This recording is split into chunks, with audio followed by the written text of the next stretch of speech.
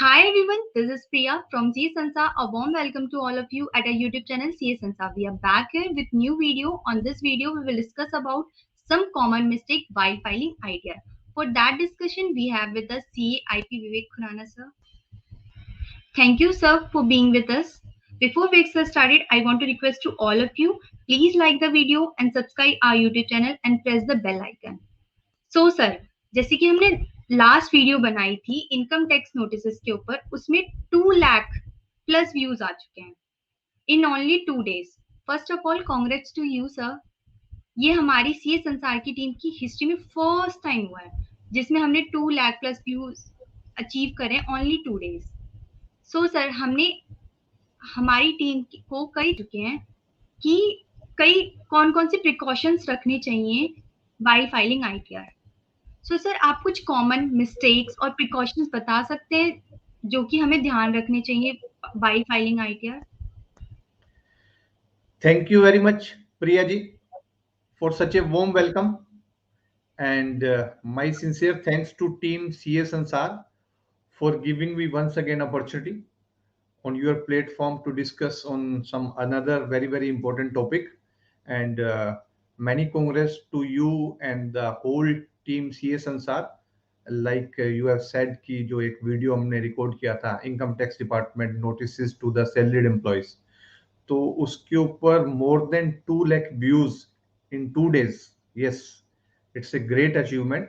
शायद मैंने भी इतने सारे वीडियोस रिकॉर्ड किए हैं, तो इट्स द फर्स्ट टाइम कि मतलब इतनी जल्दी इतना पॉपुलर हो गया, मतलब वी कैन से दैट एक वीडियो वायरल हो गया.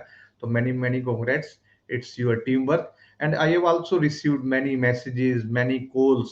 तो शायद लास्ट 2 days से इतने सारे मैसेजेस, इतने सारे कॉल्स आ रहे हैं regarding the some precautions, like if we don't have the proof, like we are filing the return, what we have to do, lots of things are there. Then I thought there should be some video, we can record a video on that.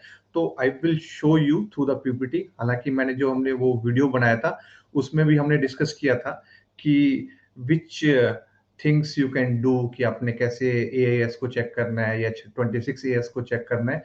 तो काफी कुछ मैंने उसमें बताया भी था कि आपको डॉक्यूमेंट्री प्रूफ होने चाहिए. तो today again we will discuss some of the common mistake जो हम लोग करते हैं while filing the ITR, income tax return. तो we should avoid these mistakes. तो उनमें से कौन कौन सी मिस्टेक्स हैं that we will discuss. But before that one disclaimer is there. All these are my personal views and can't be construed to the views of the any other person or any other authority. And please don't take it any legal advice or the legal opinion, professional advice or the professional opinion. And the purpose of this video is just to spread knowledge, information, awareness, and shall not be treated as solicitation in any manner or for any other purpose whatsoever. And my request to all the viewers, please also check the income tax rule, relevant income tax rules, relevant income tax act, some notification, circular, etc. So common mistakes जो अभी मैंने आपको बताया कि we had recorded a video on the income tax department notice to the salaried employed. उसमें भी मैंने आपको काफी कुछ बताया था कि there are lots of mistake जो हम लोग सम टाइम इंटेंशनली या अनइंटेंशनली कुछ मिस्टेक, बिकॉज मिस्टेक्स है तो अनइंटेंशनली है, तो काफी कुछ mistakes because income tax act वो वेरी वास्ट एक्ट है. तो सम टाइम कुछ हमारे माइंड से स्किप हो जाता है, डिडक्शन या सम सेक्शन, सम रूल्स एक्सेट्रा. तो सम मिस्टेक्स, हालांकि ये जो मैं आपको मिस्टेक्स बता रहा हूँ ये मतलब इससे भी ज्यादा कुछ हो सकती है, but which are the main common mistakes are there that we will discuss. तो फर्स्ट थिंग इज जो सबसे इंपॉर्टेंट है, वेरी इंपॉर्टेंट, लास्ट टाइम भी आई टोल्ड यू कि before filing your ITR you should check your AIS. आपको अपना AIS check करना है and you should check your 26 A S. You can log in through your ID. आप income tax e filing की website पे जाके आप लॉग इन करके you can download your AIS, जो आपका एनुअल इंफॉर्मेशन स्टेटमेंट है, वो जो डिपार्टमेंट से आप इनकम टैक्स की साइट से you can download it and then you can check it कि आपकी कौन कौन सी इनकम टैक्स डिपार्टमेंट के पास शो हो रही है. कई बार हमें लगता है कि नहीं, हम बताते ही नहीं. इनकम टैक्स फॉर एग्जांपल जैसे interest on saving bank account है, वो that will be on your income AIS में आपको मिल जाएगा. आपने कोई प्रॉपर्टी सेल करी, उसकी भी डिटेल आपकी एआईएस में आ जाएगी। अगर वहां पे उसने टीडीएस डिडक्ट किया तो definitely that will be there.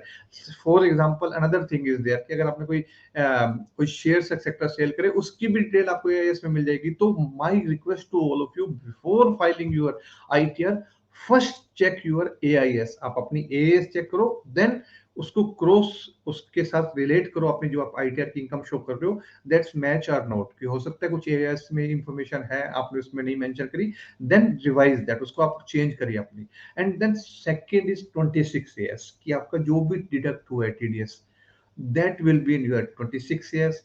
उसको भी आपको चेक करना है कि आपके 26 ईयर्स में कौन कौन सा टीडीएस माइट बी, कि आपको कोई टीडीएस डिडक्ट हुआ है but it's not into the 26 years, then you should ask the person जिसने भी आपका डिडक्ट टीडीएस किया, दैट्स योर एम्प्लॉयर या सम अदर पर्सन, कोई और कॉन्ट्रैक्टर वगैरह किसी और पर्पस के लिए, या कोई प्रोफेशनल फीस के ऊपर डिडक्ट हुआ है, then you ask that person कि आप अपनी रिटर्न्स में चेक करो टीडीएस रिटर्न में कि वेदर इट्स फाइल्ड और उसमें है डिटेल, कुछ मिस्टेक्स तो नहीं है। तो that should also be in 26 years. तो first important thing is you should match your income tax return with your AIS and 26 years. That's very very important. Another thing, उसके बाद ये तो मैंने ऑलरेडी भी हम पहले डिस्कस कर चुके हैं। Second thing is proper ITR form. जो आईटीआर फॉर्म आपको फिल करना है, you have to check it whether it's ITR 1, ITR 2, ITR 3, ITR 4, कौन सा आईटीआर आप फाइल कर रहे हो। अगर आपने करेक्ट आईटीआर फाइल नहीं किया तो your return can be defective return. तो जैसे कई बार लोगों को लगता है I am the salaried employee, तो मेरे को आईटीआर 1 ही फाइल करना है, बट प्लीज चेक कि कहीं आपने कोई इन्वेस्टमेंट तो नहीं कर रखी, कहीं कोई और आपके कोई बिजनेस तो नहीं है, तो that you have to check, कोई ट्रेडिंग तो नहीं कर रहे। तो अकॉर्डिंगली आपको आईटीआर 2 फाइल करना है या 3 फाइल करना है, that you have to see. Salaried person है तो इट डजंट मीन्स कि आपने सिर्फ आईटीआर 1 ही फाइल करना है। तो दैट्स आल्सो वेरी इंपॉर्टेंट कि आपके जो आईटीआर 1 और जो आईटीआर फॉर्म है वो आपको करेक्ट आईटीआर फॉर्म फाइल करना है, otherwise your return will be defective return. Then another thing that's also very important, exempted income. कई बार हमें लगता है कि ये इनकम तो मेरी एग्जम्प्ट इनकम है, no need to show into ITR. No, department is asking please also mention कौन कौन सी आपकी इनकम है जो सेक्शन 10 में या कहीं पे भी आपकी एग्जम्प्ट इनकम है। फॉर एग्जांपल कि अगर कोई आपने प्रॉपर्टी आपकी थी, उसने सेल करी, आप उसके बाद आपने एग्जम्पशन ले ली उसकी 54 में, कोई न्यू आपने एसेट रेजिडेंशियल हाउस वगैरह परचेज कर लिया, उसके एग्जम्प्ट कर लिया 54 में, then also you have to mention कि ये नहीं कि मैंने तो 54 में एग्जम्पशन ले ली, no need to go, no no no, you have to mention all income, either it's taxable और द एग्जम्प्ट इनकम, या फिर कोई आपको सेक्शन 10 में कोई एग्जम्प्ट इनकम है, या फिर कोई गिफ्ट मिले रिलेटिव्स वगैरह से, that also you have to show. तो remember this thing, exempt income भी आपको आईटीआर में शो करनी है। देन अनदर वन, एक ये जो सबसे इंपॉर्टेंट है, इसके ऊपर हमने पीछे भी डिस्कस किया था। कई बार क्या होता है कि हम अपना इंटरेस्ट, आपका फॉर्म 16 है, एम्प्लॉयर को भी नहीं बताते कि मेरे बैंक अकाउंट में, इसके ऊपर एक वीडियो भी हमने रिकॉर्ड किया था प्रिया जी के साथ कि उसके 2 लाख रुपीज इंटरेस्ट बन रहा है, तो उसके ऊपर आपको एडिशनली टैक्स पे करना पड़ेगा। बैंक तो टीडीएस के ऊपर कई बार डिडक्ट कर लेते हैं, आपके जो इंटरेस्ट के ऊपर कई बार नहीं भी काटता, अगर उस अमाउंट में कुछ, अगर आपने 15H वगैरह दे रखे हैं तो 15GH में। तो अगर आपका कोई इंटरेस्ट है बैंक के ऊपर, तो देन आल्सो आपको उसको अपनी इनकम में लेना है, या कोई एफडीआर आपने करवा रखी है उसके ऊपर है, दैट्स आल्सो टैक्सेबल। जो आपका सेविंग बैंक अकाउंट है उसके ऊपर जितना इंटरेस्ट मिल रहा है, दैट्स आल्सो टैक्सेबल। हाँ, अगर आप ओल्ड रिजिम में जा रहे हो, then you can claim the deduction under section 80TTA में आप डिडक्शन क्लेम कर सकते हो, वो भी 10,000, जो भी आपका मैक्सिमम 10,000 रुपए का, विचेवर दो जो आपको इंटरेस्ट मिला है, या फिर अगर आप सीनियर सिटीजन है, सुपर सीनियर सिटीजन है, देन अप टू 50,000 रुपीज। तो यहाँ पे एफडीआर का भी इंटरेस्ट इंक्लूड होगा। तो दिस इज आल्सो इम्पोर्टेंट कि आपको चेक करना है। आप एएस में देखोगे तो उसमें आपको मिल जाएगा कि इतना बैंक ने इंटरेस्ट दिया है, और आपको सारे बैंक का, सिर्फ एक बैंक नहीं, if you have more than one bank account, then all bank से जितने भी सेविंग बैंक से आपको इंटरेस्ट मिला है, you have to mention in your income, this is under the head income from other sources, वहां पे टैक्सेबल होगा।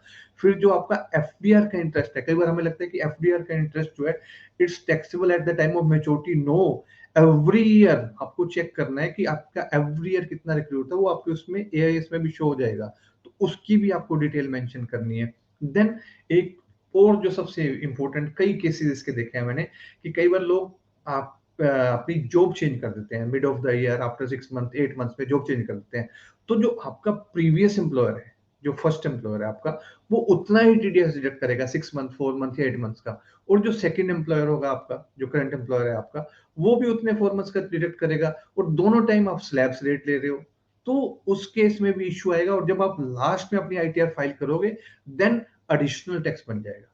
तो first thing either you can do कि आप जो आपके प्रीवियस एम्प्लॉयर है उसको अपनी डिटेल में, और जो आपका अभी करंट एम्प्लॉयर है उसको अपने प्रीवियस एम्प्लॉयर की डिटेल फॉर्म 16 दे दो, या फिर आप उसको कह सकते हैं कि मेरे को इस बार स्लैब से ना डिडक्ट करो, मेरा डिडक्ट कर दो, वैसे ही टीडीएस डिडक्ट कर दो जितना भी अमाउंट आपने डिडक्ट करवाना है। अदरवाइज आप जब क्लब कर रहे हैं, देन आपको एडिशनली टैक्स पे करना पड़ेगा, उसके अलावा आपको इंटरेस्ट भी पे करना पड़ेगा। That's also very important. ये नहीं है कि आपने 2 जगह जॉब करी है तो दोनों जगह आपको स्लैब मिलेगा, नो, एक ही स्लैब मिलेगा आपको टोटल इनकम के ऊपर। अलग अलग पे ऊपर नहीं कर रहा, वो टीडीएस डिडक्ट आपको नहीं करा तो इट डजंट मीन कि आपको टैक्स नहीं पे करना पड़ेगा। Tax you have to file at the time of filing your ITR, जो सेल्फ असेसमेंट टैक्स आपको पे करना पड़ेगा, प्लस आपको इंटरेस्ट वगैरह भी।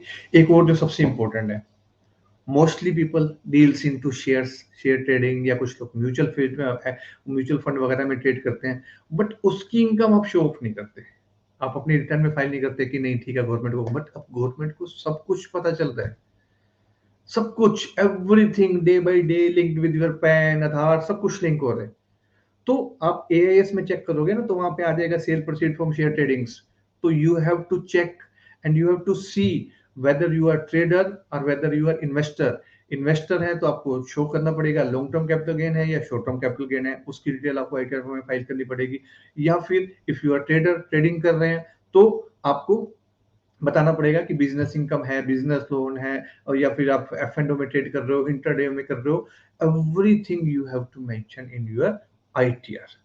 इसके ऊपर हमने पूरे डिटेल में वीडियो बनाए हुए हैं, आप चेक कर सकते हो सर यूट्यूब चैनल पे, कि उसमें शेयर ट्रेडिंग पे कैसे टैक्सेशन है, पार्ट 1 पार्ट 2, फिर टर्नओवर कैसे कैलकुलेट करना है, each and everything is there, कि लॉन्ग टर्म कैपिटल गेन पे कैसे टैक्सेशन है, शॉर्ट टर्म कैपिटल गेन पे कैसे टैक्सेशन है, बिजनेस इनकम पे कैसे है, स्पेकुलेटिव पे, सारा कुछ आपको मिल जाएगा। Then another one, clubbing of income. अब कई सारे केसेस में आपके, जैसे for example you have a minor child, तो माइनर चाइल्ड की इनकम आपके आपके जो भी स्पाउस या आपकी या स्पाउस की इनकम में ऐड होगी, उसके अकॉर्डिंगली जिनकी इनकम ज्यादा है वो उसके सब्जेक्ट टू सम रूल्स हैं वहाँ पे। तो अगर आपने कोई अपने चिल्ड्रन के नाम से कोई एफडी करवाई हुई है, तो उसकी जो इंटरेस्ट इनकम है वो भी आपकी इनकम में क्लब होगी। दैट यू हैव टू सी कि आपने उसको क्लब करी है या नहीं करी। इन सब की वजह से आपको नोटिस आते हैं। तो this common mistake you have to take care, इसके ऊपर एक्स्ट्रा प्रिकॉशन आपने रखना है। Then another one is non disclosing of foreign assets. If you are a resident और अगर आपको कोई फॉरेन में बैंक अकाउंट है, या कोई फॉरेन में कोई एसेट्स है, या कोई अपने शेयर इक्विटी वगैरह किसी फॉरेन कंपनी में रखी है, तो उसको भी आपको आईटीआर में डिस्क्लोज करना है। नहीं डिस्क्लोज करोगे इसको तो फिर पीएमएलए में ले लेंगे वो आपको, फिर उसके अगेंस्ट नोटिस आ जाएगा, 7 ईयर्स तक की इम्प्रिजनमेंट है। वो स्ट्रिक्ट रूल्स है इसमें अब तो। एंड देन जो ये मैंने पीछे भी डिस्कस किया था, जिसके ऊपर नोटिस आए थे सैलरीड एम्प्लॉइज को, डॉक्यूमेंट्री प्रूफ, कि अगर आप कोई ओल्ड रिजिम में जा रहे हो, कोई एग्जम्पशन क्लेम कर रहे हो, या कोई आप डिडक्शन क्लेम कर रहे हो, then you must have the documentary proof. जैसे फॉर एग्जांपल आपने 1013 में आपने एचआरए क्लेम किया, कि आपने रेंट पे किया, एचआरए क्लेम कर रहे हैं, तो you must have the rent received, rent का एग्रीमेंट है। दे कैन आस्क कि कोई आपने पेमेंट्स करी है, कैश करी है, चेक करी है, क्या है उसका प्रूफ। अगर अनदर वन, कि अगर आपने एटीसी में कोई डिडक्शन क्लेम कर रहे हो, तो वेदर यू हैव, जैसे कोई ट्यूशन फीस है, एलआईसी उसकी रिसीव्ड ट्यूशन फीस आपके, वो documents you must have. Then अगर आपने कोई डोनेशन दी है, या एटीडी में कोई मेडिक्लेम वगैरह लिया है, तो उसके भी आपके पास पेपर है या नहीं है। अगर आपने आईटीआर फाइल करी और आईटीआर प्रोसेस भी होगी, देन आल्सो आप ऐसा नहीं कि फाड़ के फेंक दो, no, you must preserve that document. हो सकता है आपकी असेसमेंट हो या reassessment, whatever it may be, so that document you must have. This is also very important. And then another one is very very important, जो point है हमारा ई verify. कई बार हम रिटर्न तो फाइल कर देते हैं, बट साथ के साथ हम उसको ई वेरीफाई, इलेक्ट्रॉनिकली वेरीफाई कर सकते हो, या फिर आप फिजिकल डॉक्यूमेंट भेज सकते हो। अगर आपने इलेक्ट्रॉनिक वेरीफाई करना है, ई वेरीफाई करना है, दैट्स काफी सारे ऑप्शन दिए हुए हैं डिपार्टमेंट ने, कि आप रिटर्न फाइल करी, साथ के साथ आपको ई वेरीफाई या फिर आपका फिजिकली भेज सकते हो। नहीं करोगे दैट्स योर डिफेक्टिव, मीन्स आपने रिटर्न फाइल ही नहीं करी। ई वेरीफाई में या तो आधार से अगर आपका लिंक्ड है तो आपके पास ओटीपी आ जाएगा, या फिर ईवीसी जो है आपका इलेक्ट्रॉनिक वेरिफिकेशन कोड है जो आपके बैंक्स के साथ उसके साथ लिंक्ड है, या फिर आपके डीमैट के साथ है, या एटीएम के साथ है, नेट बैंकिंग के साथ अगर है, या फिर आप डीएससी डिजिटल सर्टिफिकेट जो आपके डिजिटल सिग्नेचर है वो भी यूज कर सकते हो। तो ई वेरिफिकेशन इज आल्सो मैंडेटरी। या फिर आपने जो सीपीसी बेंगलोर को जो उसकी एक्नॉलेजमेंट आईटीआर भी जो है वो आपने भेजनी है, जो 30 डेज पहले 120 डेज थे, फिर 30 डेज हो गया, टाइम टू टाइम ये चेंज करते रहते हैं, दैट यू हैव टू सी। तो आपको कुरियर भी नहीं करना, स्पीड पोस्ट के थ्रू भेजना है। कई बार हम भूल जाते हैं, कई बार हम सिग्नेचर भी नहीं करते उसके ऊपर, एक्नॉलेजमेंट लेके आपको उसके ऊपर सिग्नेचर करने हैं, रजिस्टर पोस्ट के थ्रू सीपीसी में भेजना है। तो these are some common mistakes जो हम लोग कर देते हैं व्हाइल फाइलिंग आईटीआर। तो यू मस्ट टेक केयर, मैं तो कहूंगा कि एक्स्ट्रा प्रिकॉशन भेजने आपको एक्स्ट्रा प्रिकॉशन देखने हैं, सो दैट इन फ्यूचर कोई नोटिस ना आए आपको।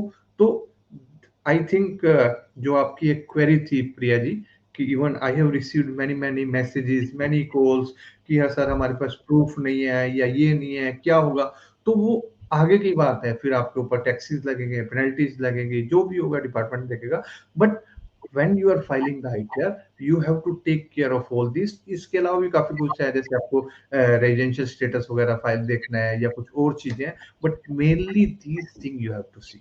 Yes Priya ji. Thank you so much, sir. All the points are clear. Thank you so much for it. Thank you so much, sir. Thank you very much to Team CS Sansar once again. And even if you have any further query, you can write into the comment box. We'll try to answer it as early as possible. Thank you very much. Bye bye. Take care.